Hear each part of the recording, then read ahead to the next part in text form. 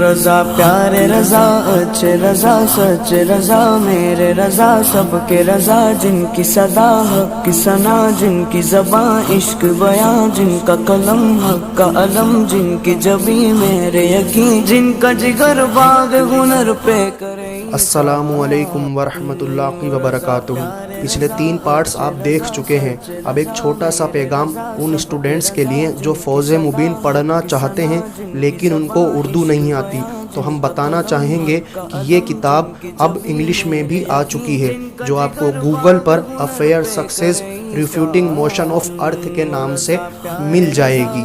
اب اعلیٰ حضرت کا پیغام مسلمان اسٹوڈنٹس کے لیے یہ ہے کہ میرے امام اہل سنت نے ایک اور رسالہ لکھا کہ ایٹم کے ٹکڑے کیے جا سکتے ہیں۔ اس رسالے کا نام الکلمات الملہمہ ہے۔ اس رسالے کے اندر میرے امام اہل سنت فرماتے ہیں مسلم اسٹوڈنٹس پر یہ دونوں کتابیں پڑھنا اہم ضروریات سے ہے۔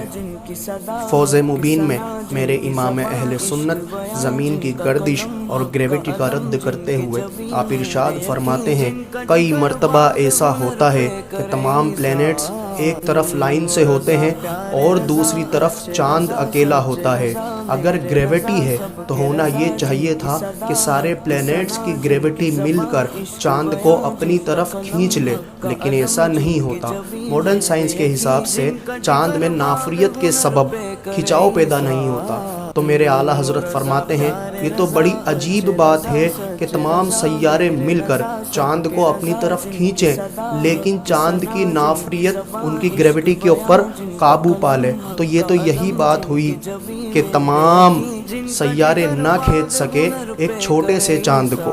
پھر میرے امام اہل سنت آپ فرماتے ہیں کہ سورج جو ہے وہ زمین سے 13 لاکھ گنا بڑا ہے۔ ہونا تو یہ چاہیے تھا کہ تمام سیاروں کو سورج اپنی طرف کھینچ لیتا، لیکن ایسا نہیں ہوتا۔ ماڈرن سائنس کہتی ہے کہ نافریت کے سبب ایسا نہیں ہوتا۔ تو میرے امام اہل سنت فرماتے ہیں یہ تو عجب بات ہوئی کہ تمام سیارے جو سورج کے مقابلے میں بڑے چھوٹے ہیں ان کی نافریت سورج کی جاذبیت یعنی گریویٹی کے اوپر قابو پا جاتی ہے۔ اس کو آپ آسان لفظوں میں سمجھیے کہ ایک ہاتھی گھوڑے کو کھینچ رہا ہے لیکن گھوڑے کی طاقت ہاتھی سے زیادہ ہے۔ اکارڈنگ ٹو ماڈرن سائنس سورج کے اندر تمام سیاروں سے کئی گنا زیادہ گریویٹی فورس ہے۔ میرے امام اہل سنت فوز مبین میں ایک اور جگہ پر رد کرتے ہوئے ارشاد فرماتے ہیں ہوا تو پانی سے بھی زیادہ لطیف تر ہے۔ تو ہونا تو یہ چاہیے تھا کہ سورج کا گریویٹی فورس ساری ہوا کو اپنی طرف کھینچ لیتا اور زمین پر ہوا کا نام و نشان ہی نہ رہتا۔ اس ہی بک فوز مبین میں میرے امام اہل سنت نے جوار بھاٹا جسے ٹائڈز بھی کہا جاتا ہے اس کے اوپر قلم چلاتے ہوئے ہم سب کی رہنمائی فرمائی۔ ماڈرن سائنس بھی کہتا ہے کہ ارتھ پر 75% پانی ہے اور 25% زمین کا حصہ ہے۔